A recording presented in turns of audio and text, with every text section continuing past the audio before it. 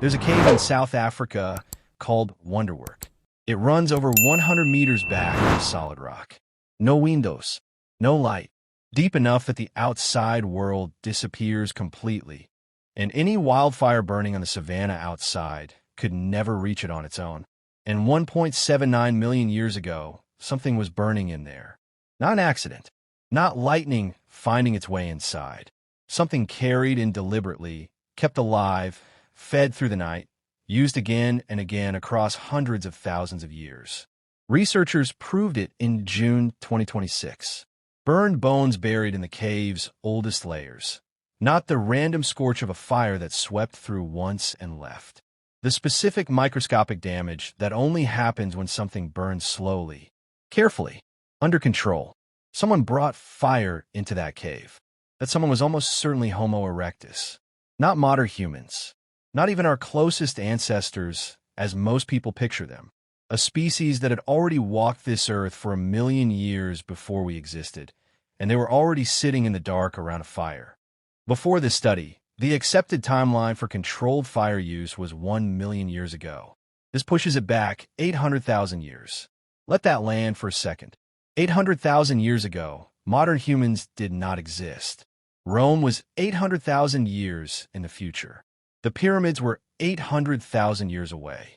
Agriculture had not been invented. Writing had not been invented. War, empire, civilization, every single event in the entire span of recorded human history. All of it fits inside a window that is smaller than the gap this one discovery just opened up. Homo erectus was sitting around a fire before any of it began. But here is the part that actually stopped me when I read this study. They did not make the fire. Homo erectus almost certainly did not produce fire independently. Not the way we imagine it. No flint struck against stone. No wood rubbed until it smoked.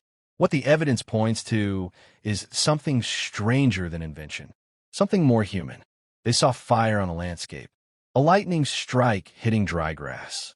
A wildfire moving across the savanna. And instead of running from it, the way every sensible animal does, they walked toward it. They picked up something burning.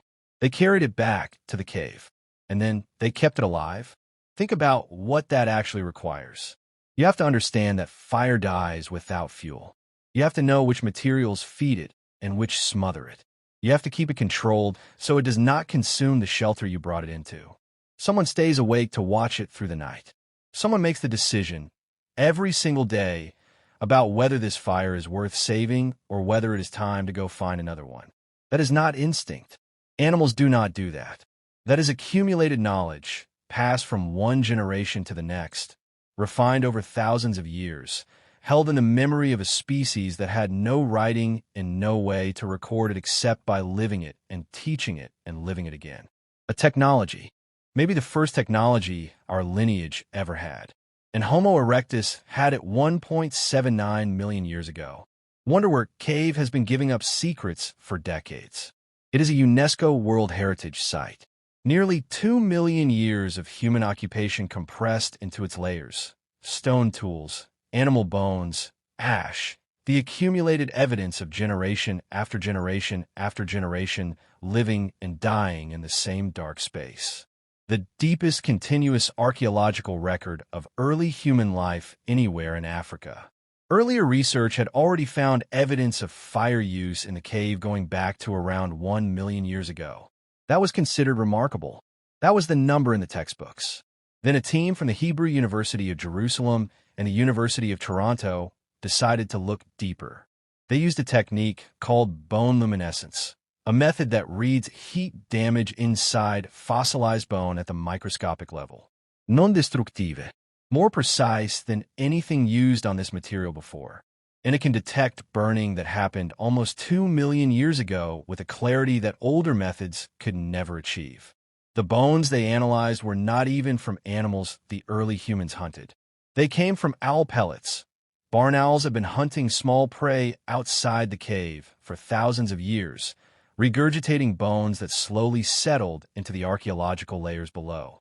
Those tiny bones, examined under the new technique, showed heat signatures that matched one thing and one thing only. Controlled burning. Regular fires. Same cave. 1.79 million years ago. Here is what this actually changes. Fire did not just help early humans survive. It rewired the species from the inside out. Cooked food releases calories that raw food cannot. Cooking breaks down proteins, kills parasites, makes nutrients available that would otherwise pass through the body and used. The difference in energy between a raw diet and a cooked one is significant enough that some researchers believe the human brain, the most metabolically expensive organ in the body, could not have grown to its modern size without it. Those extra calories fed a growing brain. A bigger brain built better tools. Better tools meant better hunting. Better hunting meant more calories. The loop fed itself, and it fed us slowly across hundreds of thousands of years into something new. We thought that loop started 1 million years ago.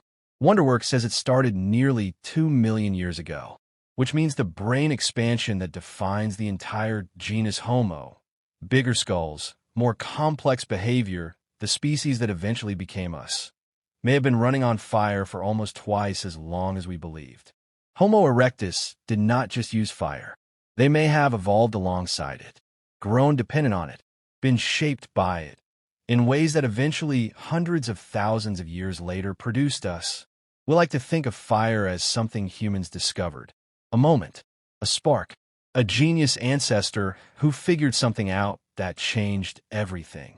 Wonderwerk says it was never that simple.